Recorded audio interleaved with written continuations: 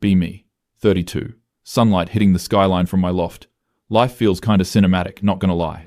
Work as a senior project coordinator at a tech company, make decent money, have my own place, drive a newish car. Single by choice, obviously. Haven't met anyone who meets my standards. And why should I settle? I've worked hard to get where I am. Spent my 20s building my career, while everyone else was pairing off into mediocre relationships. I watched so many smart women I knew just completely lose themselves in relationships with men who didn't appreciate them. Not me, though. I know my worth. This particular day, I'm at my favorite coffee shop, the one with the good Wi-Fi and the ethical sourcing. I come here every Saturday morning, have my spot by the window. Usually spend a few hours catching up on work emails and browsing articles. There's this guy who works here, maybe mid-30s, always behind the counter. Seen him dozens of times, never really paid attention. Average height, average build, probably makes minimum wage or close to it. Today the place is packed, every table taken. I'm settled in my usual spot with my laptop and my oat milk latte. Been here for maybe 2 hours, finished my coffee ages ago. Place is still completely full, people waiting for tables.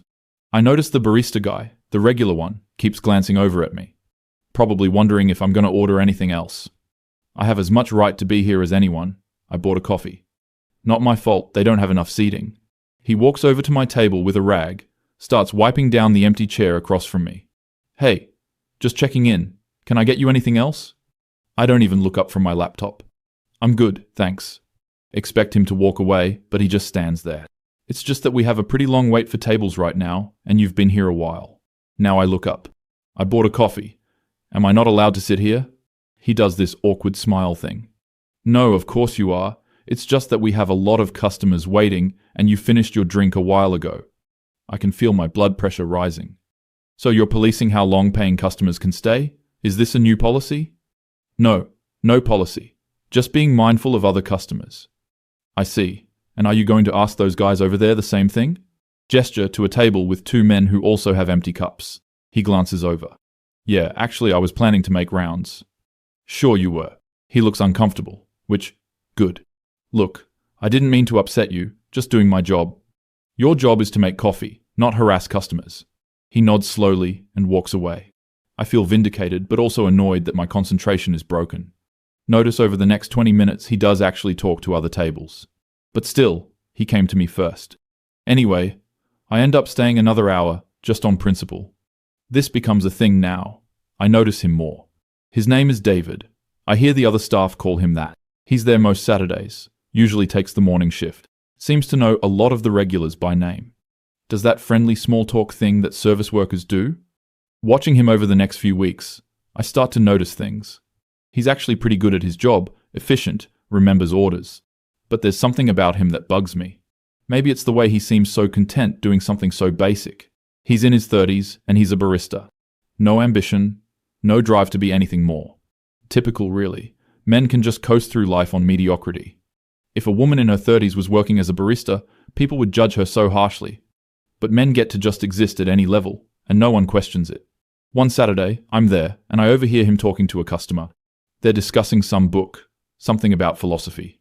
He's surprisingly articulate, making these points about existentialism or whatever. Would never have pegged him as someone who reads.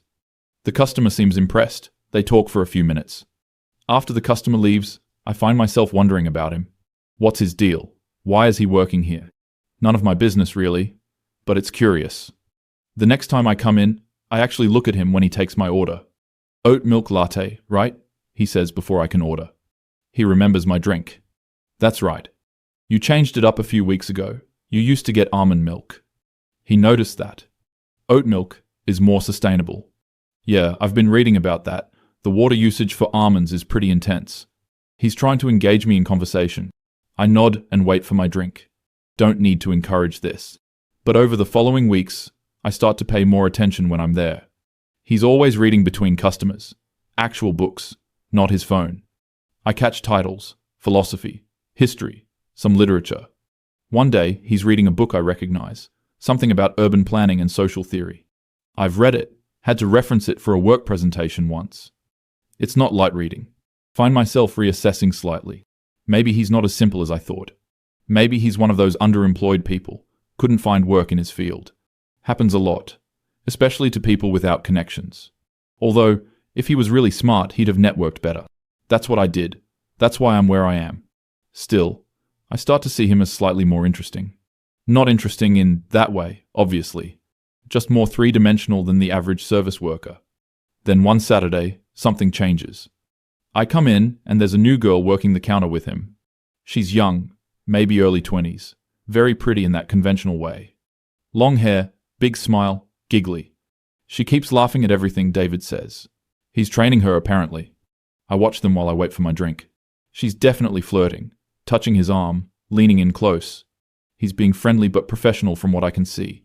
My drink takes forever because they're understaffed. I sit at my table and try to work, but I keep noticing their interaction. The way she looks at him, like he's so fascinating. He's a barista. What's fascinating about that? She probably thinks he's some kind of catch. Young women have such low standards, it's depressing. They don't understand that you can't build a life with someone who has no ambition. I would know. I've seen it destroy so many of my friends. They settle for these underachieving men and then wonder why they end up doing all the emotional labor. Over the next few weeks, the new girl is there regularly. Her name is Sophie, always so bubbly and energetic. David seems to enjoy working with her. They have an easy rapport. It shouldn't bother me, but it does, slightly. Not because I'm interested in him, just because it's another example of how men can offer so little and still be seen as desirable. He makes coffee for a living, and this girl looks at him like he hung the moon. Meanwhile, I've worked my ass off for years, and men my age are all trying to date women in their 20s. The dating apps are a wasteland.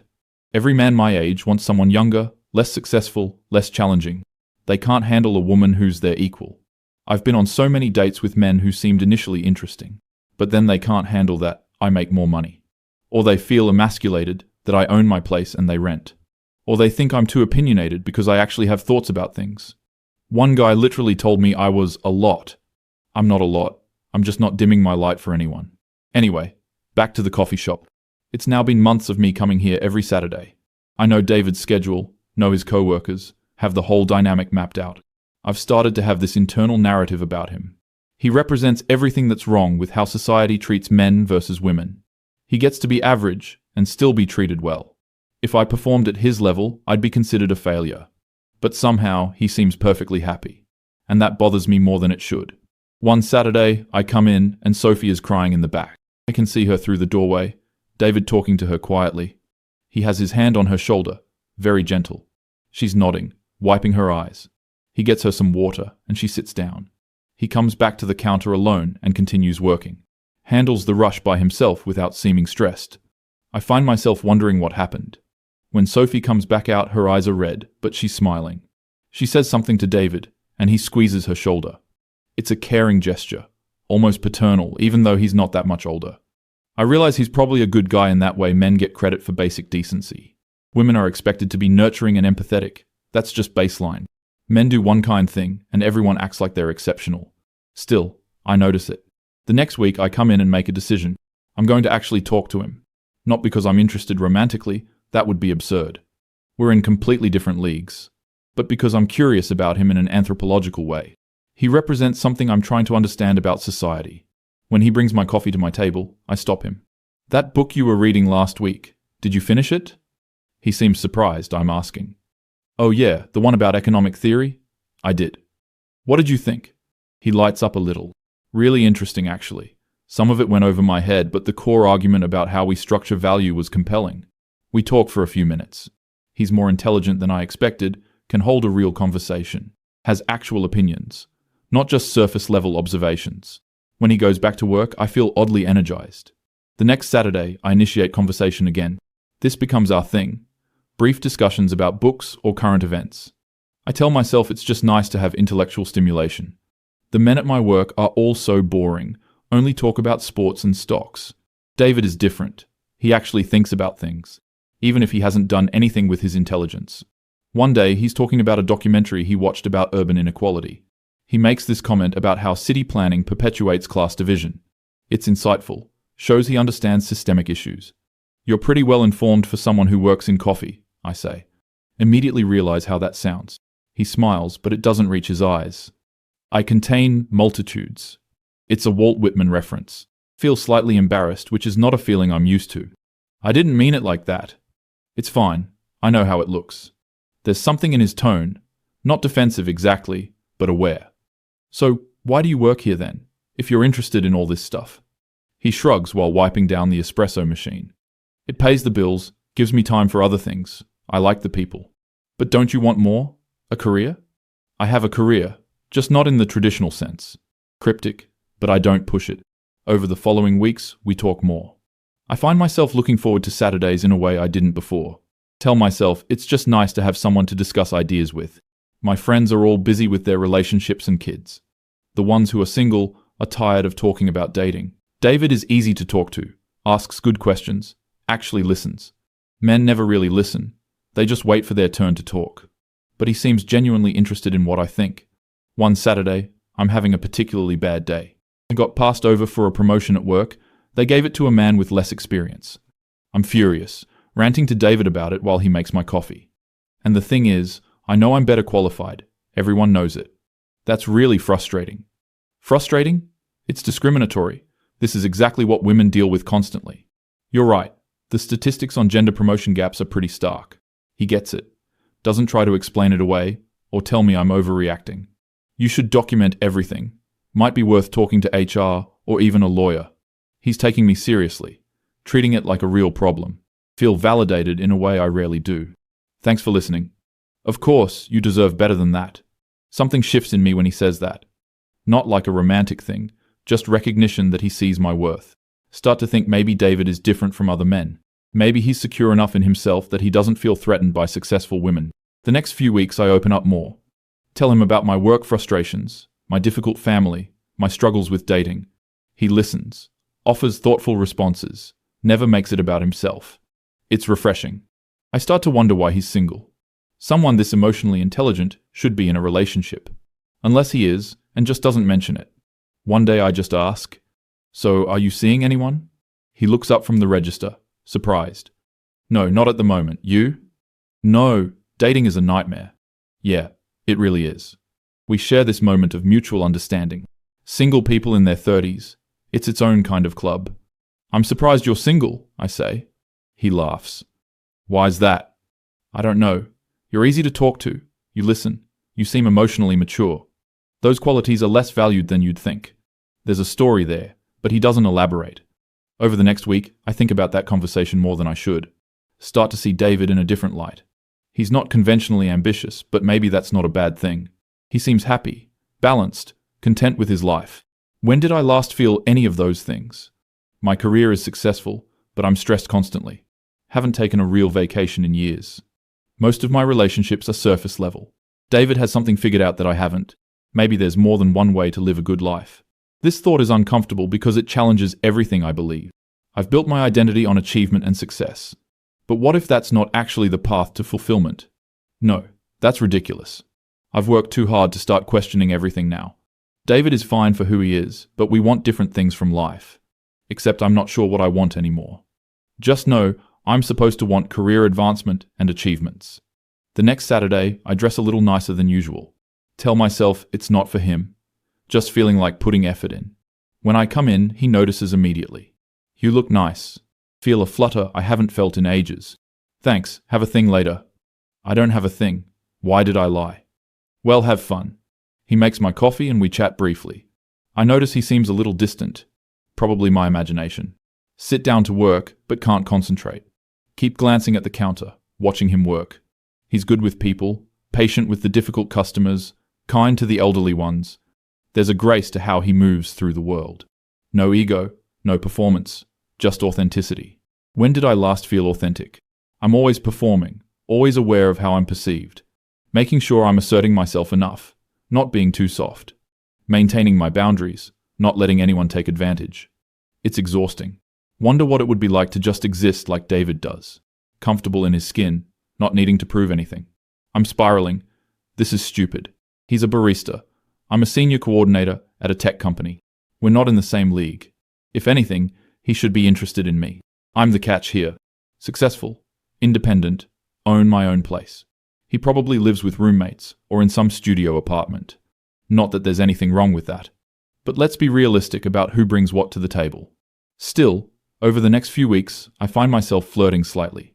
Nothing obvious, just being a bit warmer, smiling more, asking more personal questions. He's friendly in return, but doesn't really flirt back. Maybe he's intimidated by me. Men often are. They can't handle a woman who's confident and successful. It threatens their masculinity, or whatever. But David doesn't seem like that type. He's always been comfortable with who he is. Maybe he's just not interested.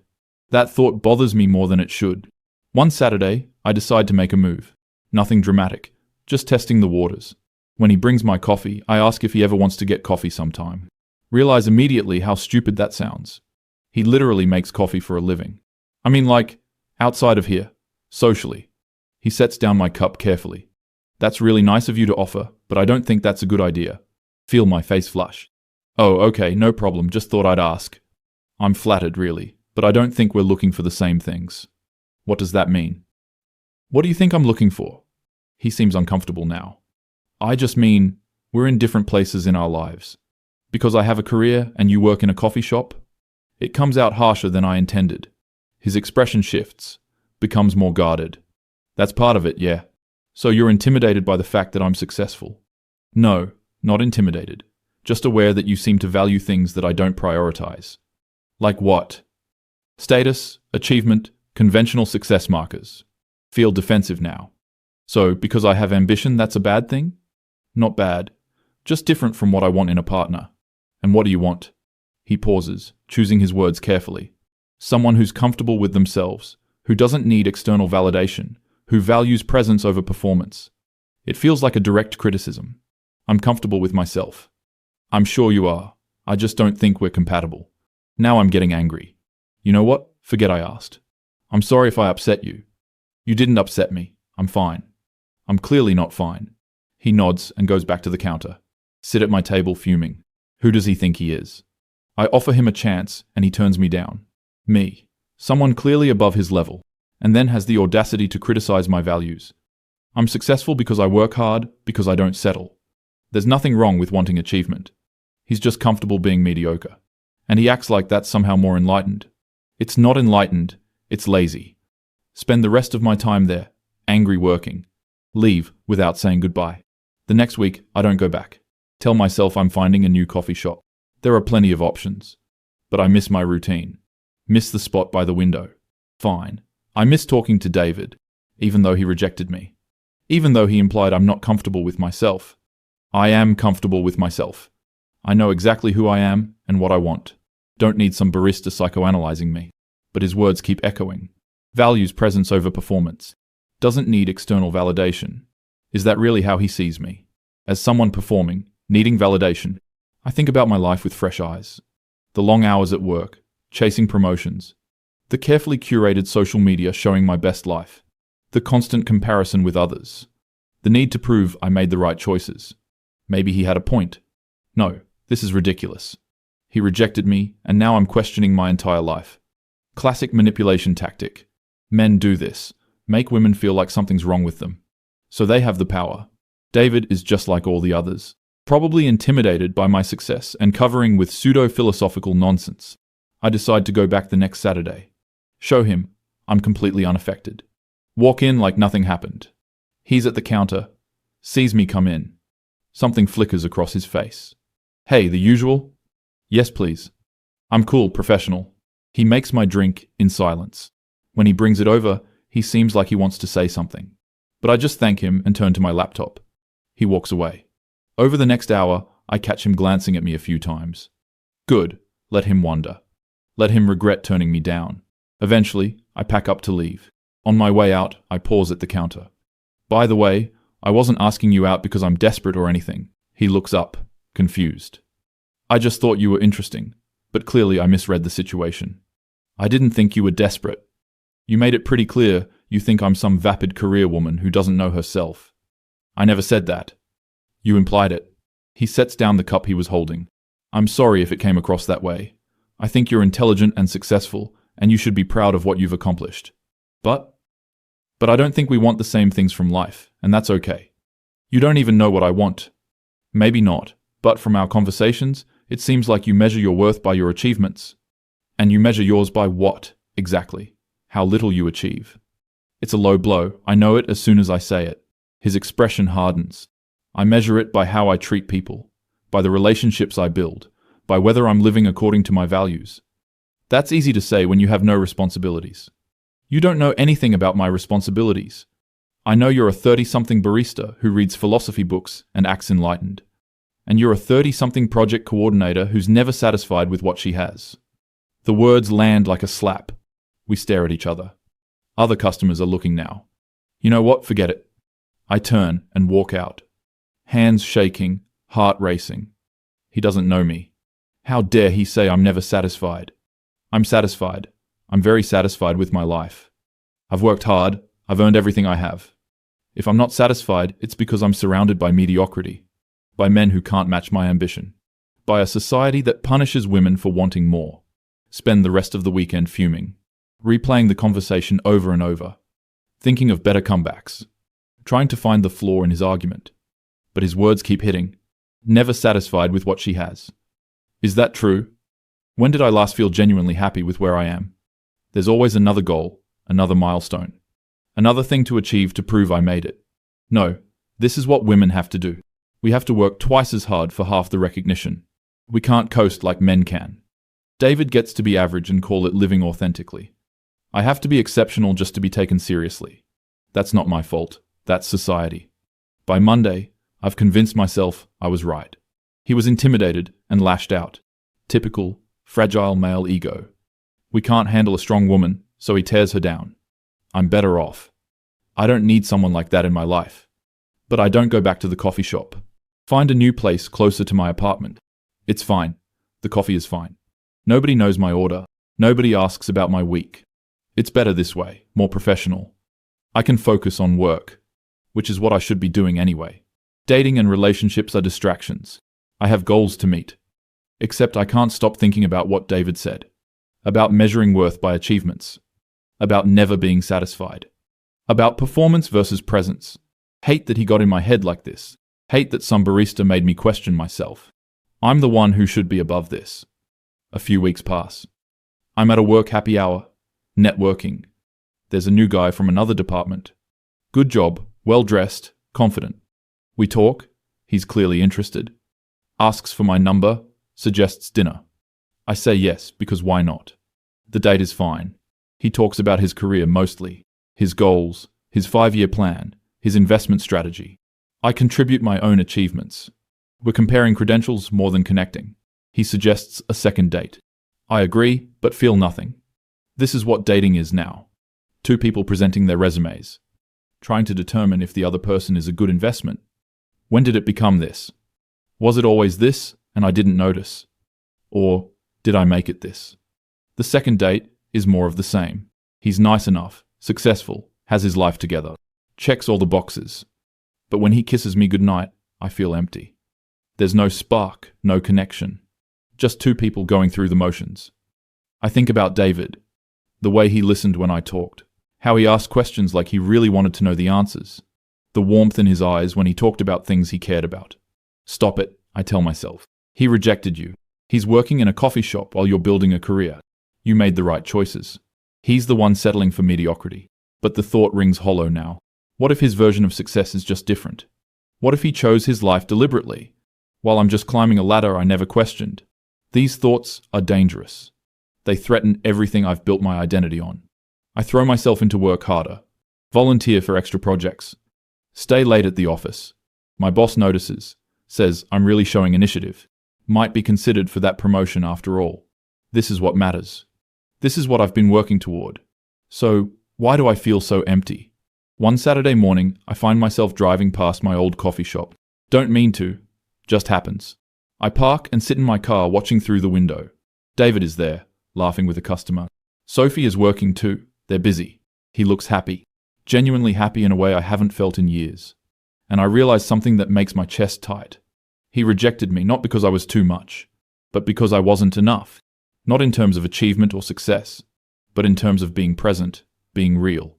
He saw through the performance. Saw someone so focused on proving her worth that she forgot to actually live. And he wanted no part of it. The entitled part of me wants to be angry, wants to storm in there and tell him he made a mistake, that he'll regret passing up someone like me. But sitting in my car, watching him smile at strangers, I know the truth. He won't regret it. He's already moved on. Probably never thinks about me at all. While I'm still here, still trying to prove something. To him, to myself, to everyone. I drive away and don't go back. Throw myself into work even harder. Get the promotion eventually. My friends congratulate me. Post about it on social media. Get lots of likes. Feel nothing. Start seeing the successful guy from work. We're good on paper. Everyone says we make sense together. He's already talking about moving in together, making plans for the future. I go along with it because what else is there? This is what success looks like. This is what I worked for. So, why does it feel like losing? Sometimes I think about David. Wonder if he's still at that coffee shop, still reading his books between customers, still content with his small, authentic life, while I have everything I thought I wanted, and nothing that actually matters.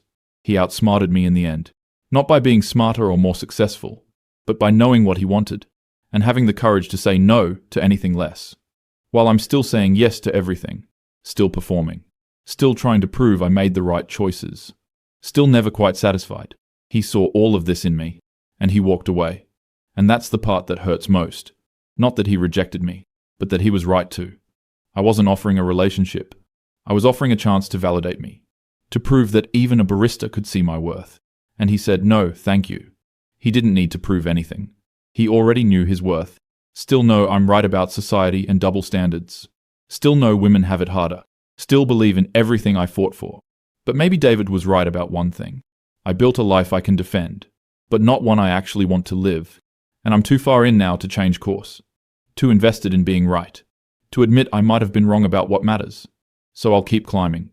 Keep achieving. Keep proving. And he'll keep making coffee. And being happy. And in the end, he won. Not because he's better, but because he knew when to walk away. And I never learned that lesson. Probably never will. My face when I realized the barista was smarter than me all along. My face when I can't even admit it out loud. My face when I'm going to marry the resume guy and call it success. My face when I'll think about David's words for the rest of my life. My face when I was so busy winning, I forgot to ask what the prize was. My face when the average guy I thought was below me saw exactly who I was and decided he deserved better.